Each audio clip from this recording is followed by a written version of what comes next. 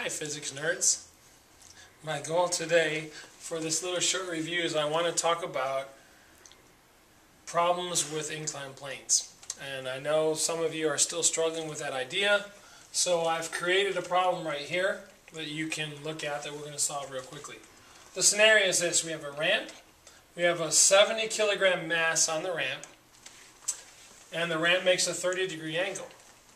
Isn't that special? And up here, we are applying some kind of force that you have to figure out how much force is needed to pull this box up the ramp so that not only it goes up the ramp, but it accelerates up the ramp at 2 meters per second squared. And all we're given is the mass, the angle, and the coefficient of friction. In this case, that would be the coefficient of sliding friction or kinetic friction. We can put a little K there for kinetic friction. Are we ready? Now, if you need to stop, pause it and write this down. But try it. You have to try it.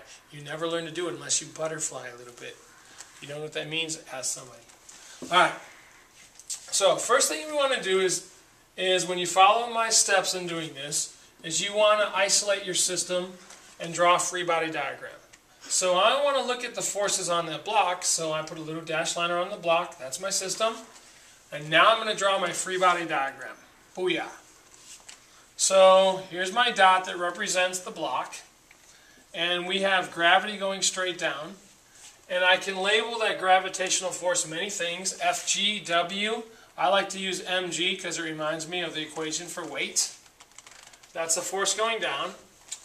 We have the force of the ramp pushing on the block, and that force is always perpendicular to the surface. We call that the, normal force.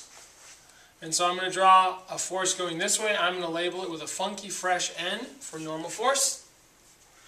And then I have some force up the ramp. That's the force I'm applying. I'll call it F. That's my unknown. But I also know there's kinetic friction. And so if I'm pushing the box up the ramp, I have to have friction going down the ramp. So I'm going to label that F. And I'm going to label friction as a funky fresh F there. Now, with that all in line, with that all set up like that, notice that I drew this friction bigger than this friction here. And I probably should have drawn this maybe a little bit smaller, and you'll see why. But the forces are not balanced in the x direction, and they're not balanced because it's accelerating up the ramp. So once we've done this and drawn a free body diagram, you want to look at it a little bit. Ask your brother, hey, does that look right? Or your friend. Oh wait, some of you don't have friends. But you want to ask them and see what it looks like. And then what you want to do is set up your coordinate system. Now your coordinate system, it's convenient in a case like this where we have a ramp to rotate our coordinate system. X and Y's don't always have to go this way, so we're going to put our system like this. And I'm going to label my axis. And it's convenient also to make the direction that you're accelerating positive. So I'm going to say that's my positive x direction, and this is going to be my positive y direction. Now the idea of doing this is because I want to get everything in the x and the y direction. And so to get everything in the x and y direction, I had 3 forces already on the x and y axis, so it makes my life a lot easier. The only force that's not on the x and y axis is mg. So I've got to draw those components on the x and y axis. So if I look at mg, I've got a force of mg that's going into the ramp like this, and it makes a nice right triangle, and I've got a force of gravity going down the ramp. Some people like to call that the parallel force, or that's the component of the weight that goes down the ramp. This is the component of the weight that goes into the ramp. And it's nice to see that you're going to see that this will equal that. And this plus this should be less than that if it's accelerating up the ramp. If it was at rest, this plus this would equal that going up the ramp. Big deal? Big bubbles? No troubles. So now you have to remember that this angle is 30 degrees. Real quickly, why is that 30? If you look right here, this is a 30, this is perpendicular. So if this is 30 degrees, this angle right here is 60. And since this is a right angle, this angle here has to be 30 there. And this is a right angle there. So this angle is 30 degrees.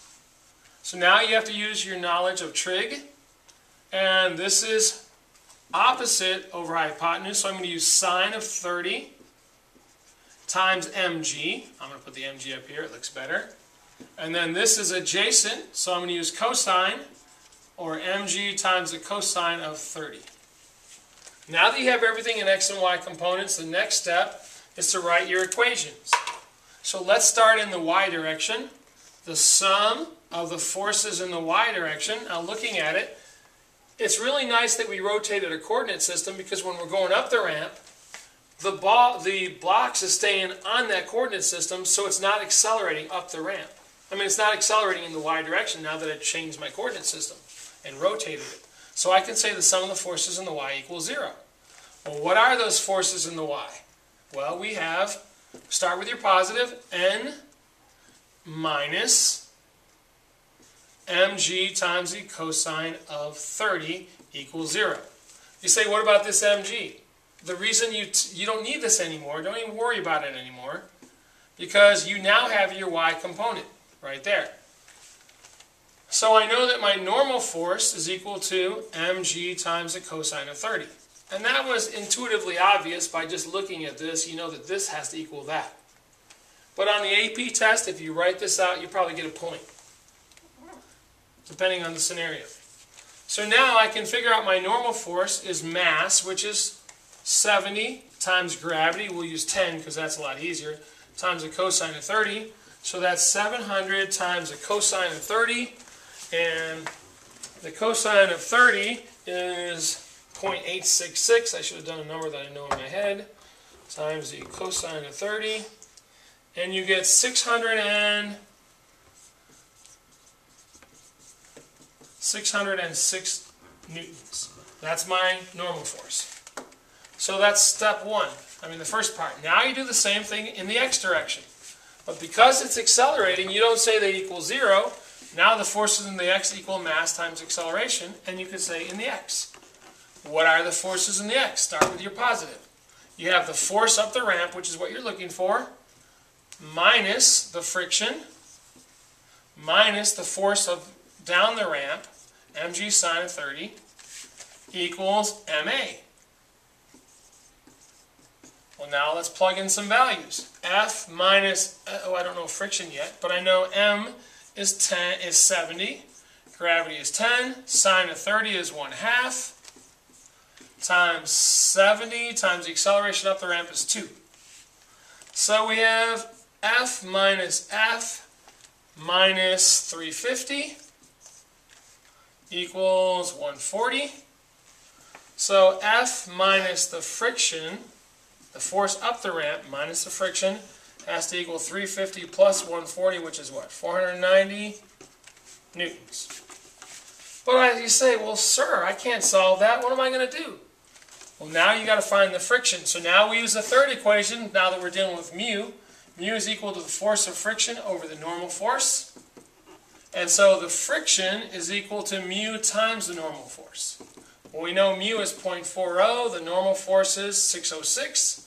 We multiply 606 times 0.4, and we get roughly 242 newtons for my force of friction. So now that I know my friction, I can go back in this equation and plug it in down here. F minus 242 equals 490. So F equals 600, oh no, that's not going to be right. 242 plus 490 is 732. And this is actually 242.48 if you kept all the values. Depends where you round it off. The AP grader is not going to care. If you get 732, 733, it's going to be close enough. And that's the force it takes to push it up the ramp. Wasn't that fun? Did you like it? No? All right. Well, that's that. Bye-bye. Have a nice life.